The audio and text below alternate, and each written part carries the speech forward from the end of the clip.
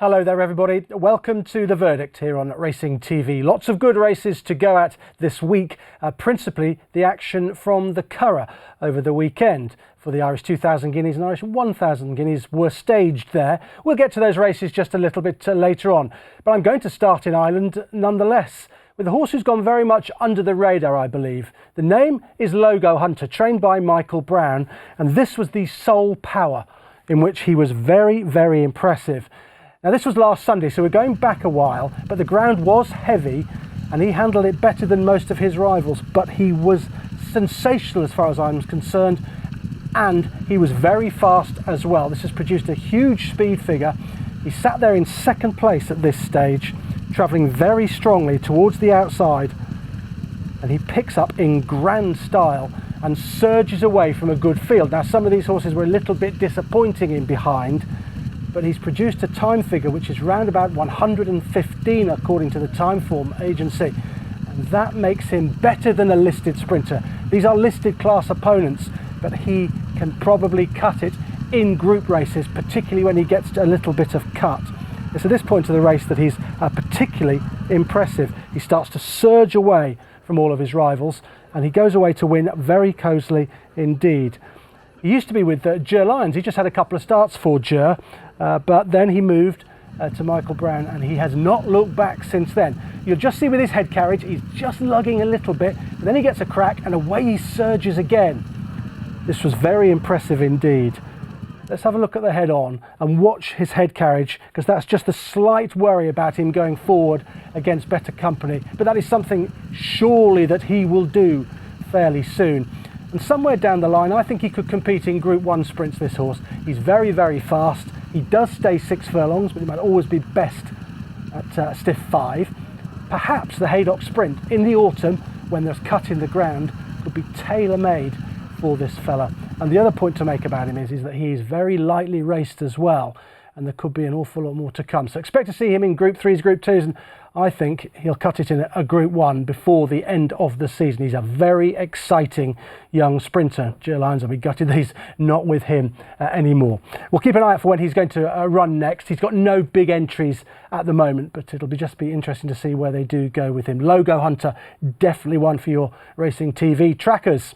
Let's move on then and have a look at Insured, who won for James Fanshawe earlier in the week, and it was a very good performance this from Insured in really soft ground at Sandown. They went 10 furlongs here, and I think this is a little bit better than it looked visually, because although he won easily, he was dropped out in second last at this point in a steadily run affair. Council took them along, and he was dropped out there right out the back by Sylvester de Souza. Now remember, the ground was attritional, and there's a number of horses here who underperformed and probably didn't handle those conditions, but boy did he handle them. And this, remember, is only his third career start, and he won by 11 lengths ultimately, and that didn't look likely when they turned for home, because he was one of the first to come off the bridle, learning all the while. He was really green on his debut. He wasn't much better on his second start at Redcar when he finished 4th, although it appeared that he'd learnt a little bit from his first run. But now the learning curve is rapid and steep, and he's getting better and better, this horse. There will be those that think the race just fell apart a little bit, and the ground was really soft, and his main rivals like Diavolo, shaped all right, perhaps didn't handle conditions, but he certainly did, and he'll probably go on slightly better ground as well.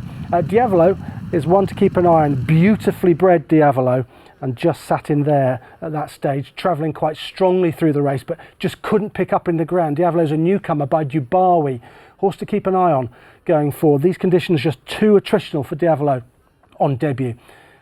Still going steady out in front. Council's really dominating this race and dictating. They've not gone very fast at all. Look, 14.1, that course track sectional there. It's a leisurely gallop out in front. Jockey's mindful of the conditions, and you perhaps would have thought that nothing was going to be able to get into this race from the back. Indeed, the runner-up is sat second at this stage, got a good track position compared to the rest. Look at de Souza now, animated in second last, and you wouldn't have thought at this stage that this horse was going to go and surge away and win really impressively. Going absolutely nowhere here. Indeed, John Hunt in the call said, Insured in trouble in behind, but he picks up fantastically well Perhaps he was aided a little bit by just switching. He was brought over to this side of the track, but maybe it was a little bit better. He might have benefited from a slightly faster strip, but I think that's possibly splitting hairs a little bit. I think he was just too good for these. And when he came under pressure in the home straight, I think it was greenness. I don't think he knew what to do, really. He hadn't been given too hard a time in his first two starts, but here De Souza goes and makes his mind up for him, and he makes up an awful lot of ground to surge clear of his rivals. And the sectionals show that he came home much stronger than anything else in the race. Comparatively speaking, given conditions, he's come home pretty quickly, and you'd have to be quite impressed with what he's done here.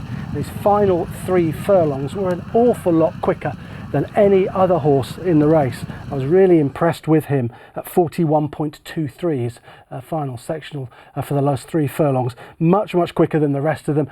Understandably, these individual furlongs were quite slow, really, 14 seconds or there or thereabouts throughout the race, but that was just a function of conditions. So 2 very interesting horses to kick off the verdict. Logo Hunter perhaps could be a Group 1 sprinter, and Insured, well, his fate is in the hands of the handicapper, but there's no doubt he was very impressive at Sandown.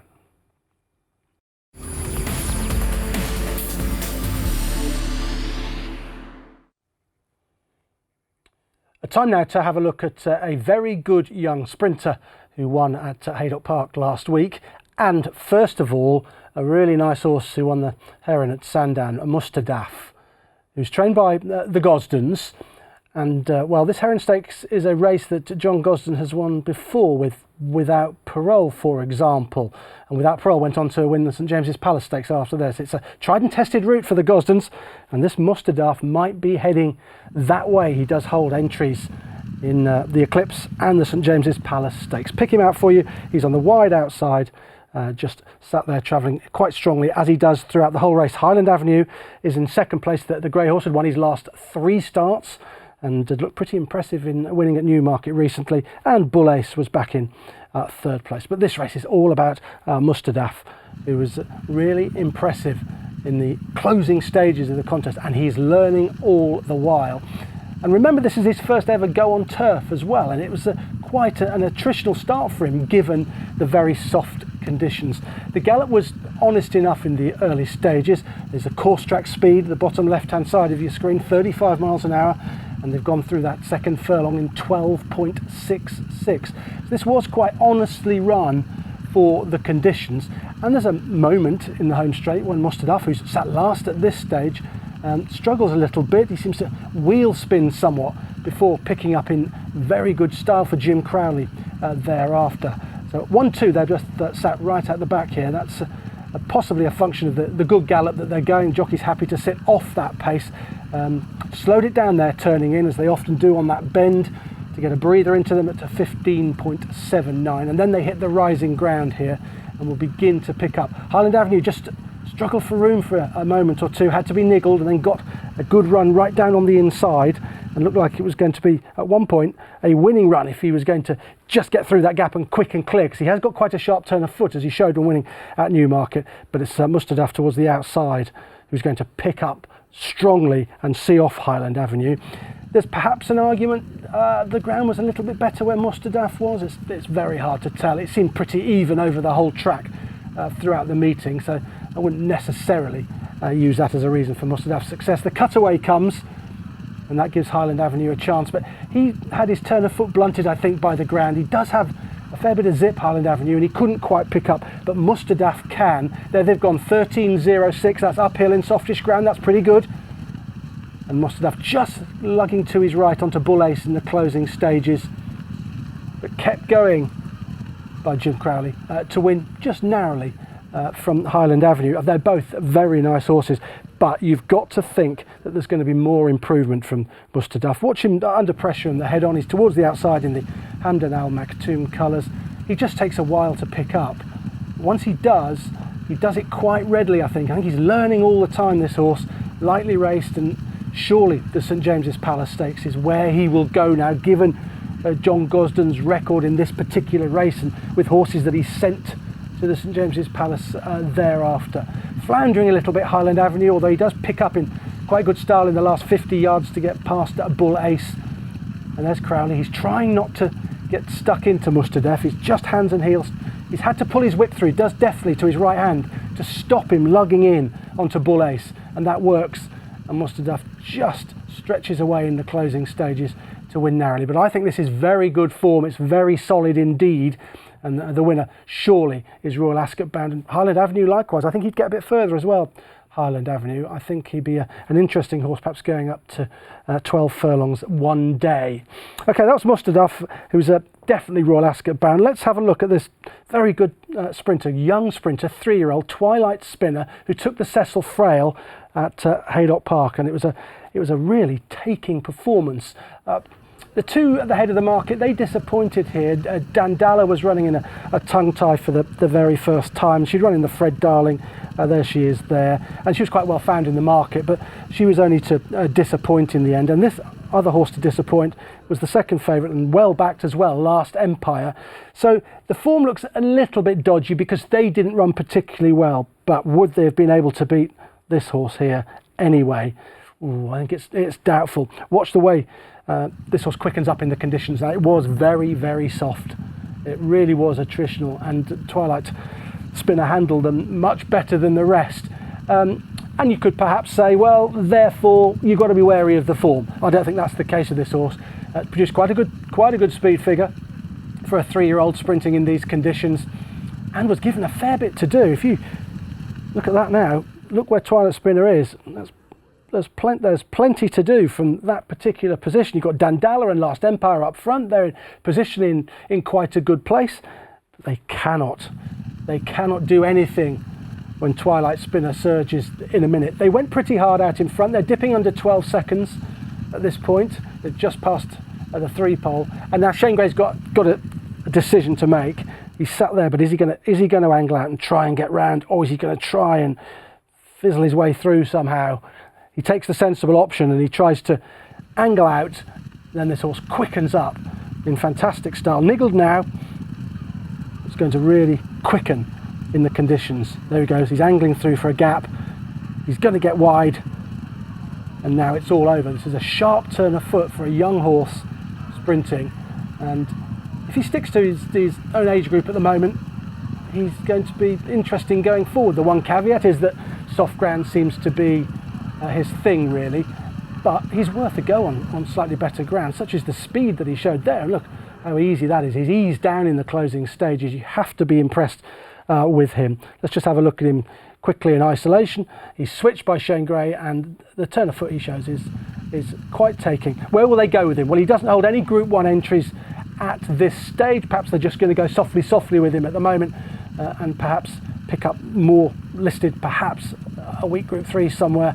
That might be what they want to do with him. He does have an entry in Ireland in a Group 3, so that might be where they go with him. But there's no doubt he was very impressive, very taking, even if some in behind did disappoint. Interesting sprinter, I'm sure you'll agree, going forward. He and, of course, Logo Hunter, who we saw early in the programme, an older horse, two very interesting sprinters for your tracker. And Mustadaf, he's Ascot bound.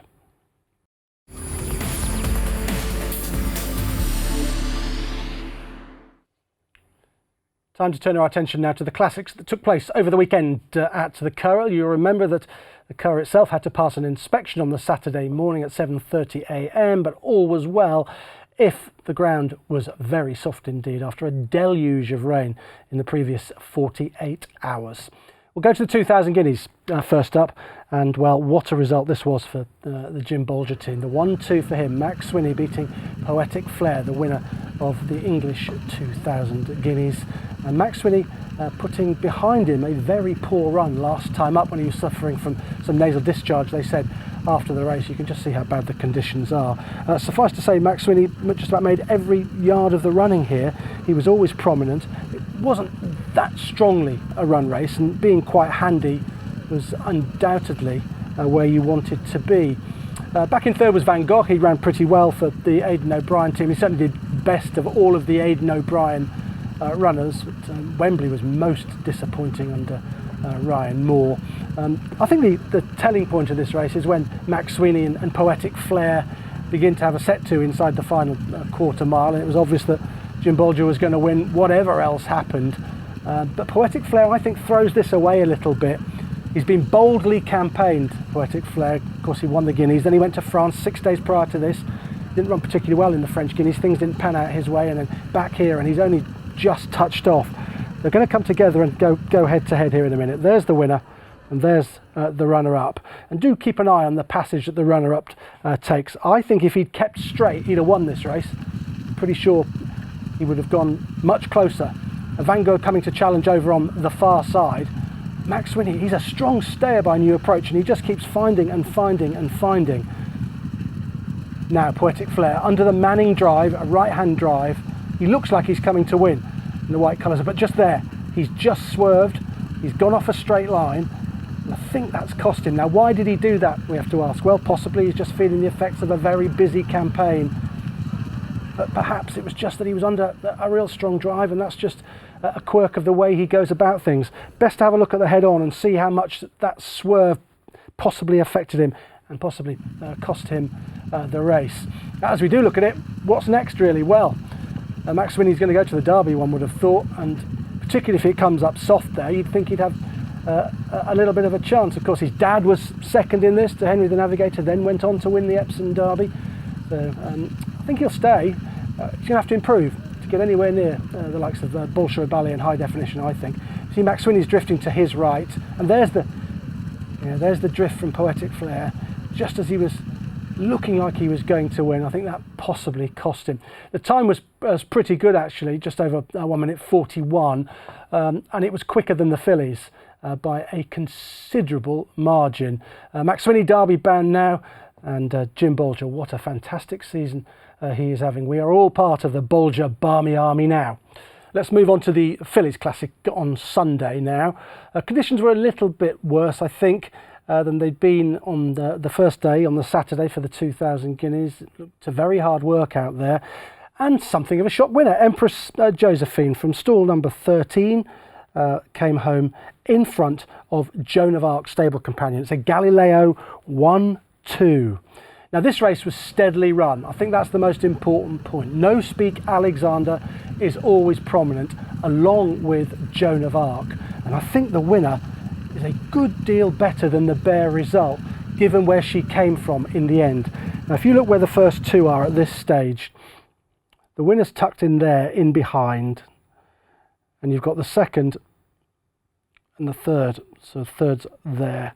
So you've got the second and third prominent, handy, going a steady pace, and you've got Empress Josephine, who's quite green, in behind, and she doesn't at any stage look like she's going to win. In fact, Joan of Arc looks like the most likely winner for the whole of the race, but she's found a chunk of improvement, Empress Josephine, on what she's achieved before, and she surges home down the outside in the closing stages to just edge out Joan of Arc. Ryan Moore must be gutted on the wrong one from the O'Brien team. But once again, Galileo absolutely dominating in the classic. You can see other horses in behind quite keen, and that's a function of how steadily they went throughout this race.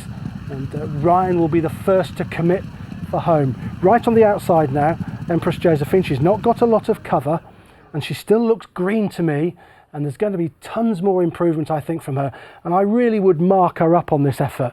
I think she's much the best filly in this race. She's not got the run of the race. She's probably not been close enough to a steady gallop. She's got no cover. She's lightly raced and inexperienced, yet she still manages to get the job done. She got a bit of a nudge there from this huge filly who's shaped all right, Pretty Gorgeous. There was plenty of money for Pretty Gorgeous from Joseph O'Brien's team, winner of the Fillies Mile, but she disappointed a bit. But she cruises up at this point, going pretty well in those colours towards the outside, the yellow colours. But she empties in the ground and possibly needed the run. She's a big, robust filly, and she might just have needed it. There might be more to come from her somewhere down the line. Now look at Ryan. He's gone on Joan of Arc, and if you look, stop it there, he has got the jump on the winner by quite a good amount. He's 3 or 4 lengths clear of Empress Josephine, and he's had the run of the race, Ryan. So it is tantamount to how good Empress Josephine is that she can pick up now under Heffernan and go and get Joan of Arc, who's had a protracted battle with No Speak Alexander. They've gone head to head, toe to toe through the race. Ryan must have thought he's won, but then bang, another Galileo turns up just when he didn't want it. And well, I think she'd have won by a lot more if she'd got a better trip or if she'd been handier, and I think she'd be even better the winner in a strongly run race. I'd fancy her to come out on top if they all met again in a strong run mile, or perhaps a mile and a quarter. You'd think she'd probably stay.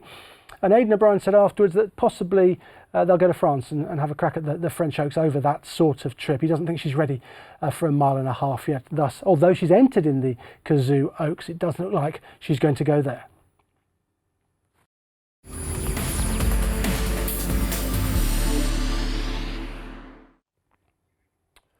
To Ireland once again we go for the Tattersalls Gold Cup, a Group 1 contest. What do you think was the best time performance of the weekend? Possibly the best time performance of the week. It was this race, and it was Helvic Dream beating Broome in a proper race, really strongly run. Now, when I watched this on Sunday afternoon, I thought to myself, well, Broome's disappointed a little bit. He's beaten Helvic Dream before, and he's been on a right roll. He's won his last 3, he's fit, and an improving colt. And I was a little bit disappointed. But when I looked at the time of this race and the figure that it produced, I think Broome has run right up to form and put up his best effort of the season, albeit in defeat from Helvic Dream, who is not an easy ride. He has to be delivered really late on the scene. Colin Keane did just that here. And Broome rallied in the closing stages. Such is his well-being.